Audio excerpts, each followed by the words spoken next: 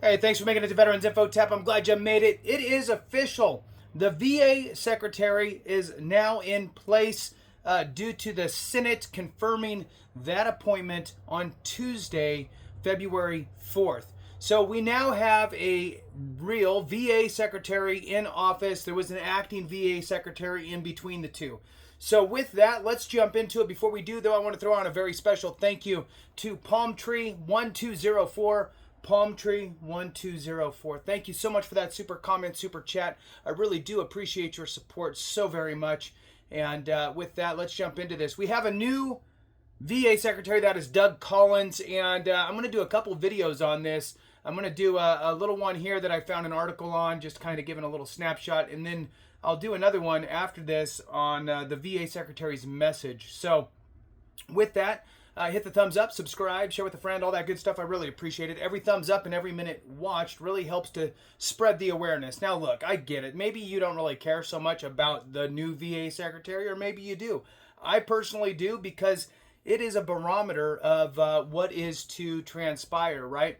I believe, and I like to believe, that this Secretary, Doug Collins, will have our best interests in mind, not only as a veteran who has deployed, a current reservist, and a chaplain. I hope that he has a good heart and a good way to look after us as veterans, right? All of the same cloth, so to speak. So with that, let's jump into it here. The U.S. Senate on Tuesday, the 4th of February, confirmed Doug Collins as Secretary of the Veterans Affairs, putting the former congressman and Iraq war veteran at the helm of the department that provides crucial care to American veterans.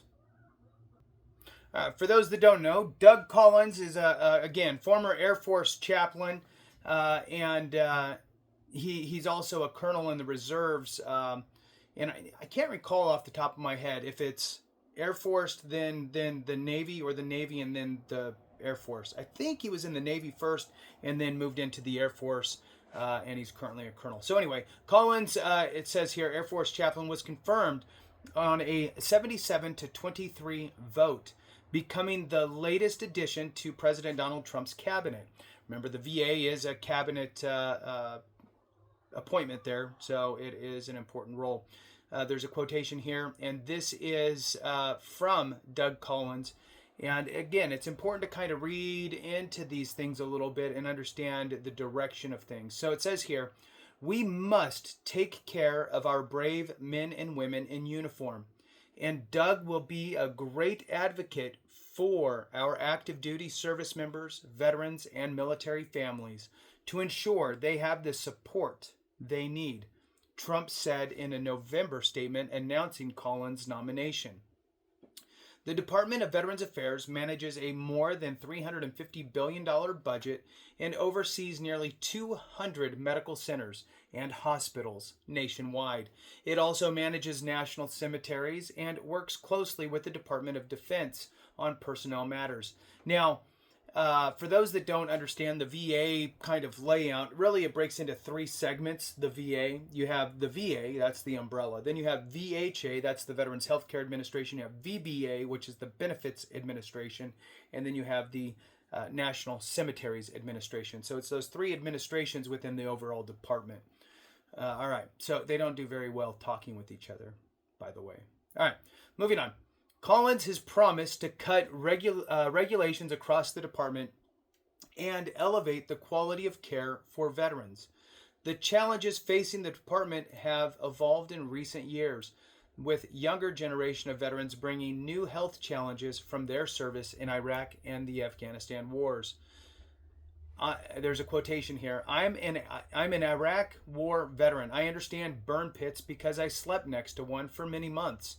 And look, sometimes this rubs folks the wrong way when the focus on burn pits is solely on Iraq and Afghanistan. And I've heard, I'm too young to be Vietnam, but I've heard from many Vietnam folks that, look, we had burn pits too. So, that's a whole other hill to climb and another battle, if you will. So in any case, let's move on. Collins said in his opening remarks during his January confirmation hearing, Collins said that he understands the challenges facing veterans today who went time and time again, deployment after deployment, to conflict zones. Collins served in the House of Representatives from 2013 to 2021. He has been an outspoken conservative since his time in the Georgia state legislature and was a close Trump ally during the president's first term. He ran unsuccessfully for Senate in 2020 but lost the Republican primary to Kelly Loeffler, a major GOP donor who Trump has tapped to lead the U.S. Small Business Association. Moving on here, Senator Kevin Cramer called Collins a friend who has an engaging personality that attracts people to what he is working on. It is not that they're better doctors or better psychiatrists or better nurses or technicians. It's that they're empathetic, Cramer said. While they appreciate access to community care, they appreciate the empathy of a fellow veteran, and Doug brings that. But guys, he's a chaplain. I mean, come on. How perfect is that? Is the end of that quotation. Collins' nomination sailed through the Senate Veterans Affairs Committee in an 18-1 vote. The lone dissenter was out of Hawaii, if I remember right, which was Hirano. And she said that she was concerned that Collins would limit access to reproductive care like IVF or abortion for veterans. Senator Tammy Duckworth said that she had a productive conversation with Collins during his confirmation hearing, but pressed him on whether he'd commit to working with Congress to strengthen and refine the department rather than resorting to privatization. Collins said he would be focused on addressing wait times and increasing preventative care, which are a couple great things. And I'll tell you that for me, what I see is, look, from just a cost perspective, veterans are strewn throughout the nation, right? And to have a VA clinic or VA healthcare facility within 15 minutes of every veteran is not really cost effective. So based on density of veteran population is going to warrant more VA resources. And when you start to get a little more sparse, well, you're going to have to leverage your community care aspects. Now, if there's long wait times in high density areas, then the question to me is staffing, right? And then why is staffing an issue? If you're short on doctors, why? What's the problem?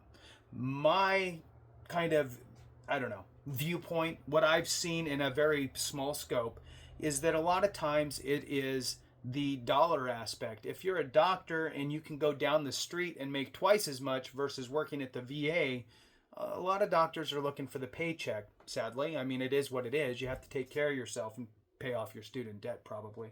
So that's an issue. There might be a wage study that needs to happen for those locations to attract talent and retain talent in those short staffed positions. If it's in a dense veteran population area, if you have long wait times and it's due to staffing issues, that could be an issue. Then again, if we look at the other side of the coin, which is maybe it's a long wait time, maybe it's a long distance to get to a VA facility because of just the geographic location of veterans, well, you're not going to build a new clinic in the middle of nowhere to service 10 veterans. It doesn't make sense to hire on staff and to do all of that. So you're going to need to leverage your community care aspects. Now, community care has its own issues, right? Doctors don't want to sign up to partner with VA because they never get paid, or it takes a very long time to get paid. So there needs to be some strengthening in that program to attract, again, civilian talent to work in the community care aspect and be able to jump in and go, you know what, let's do this. And we know that we're going to get paid, so there's not going to be an issue, and so we can continue to function.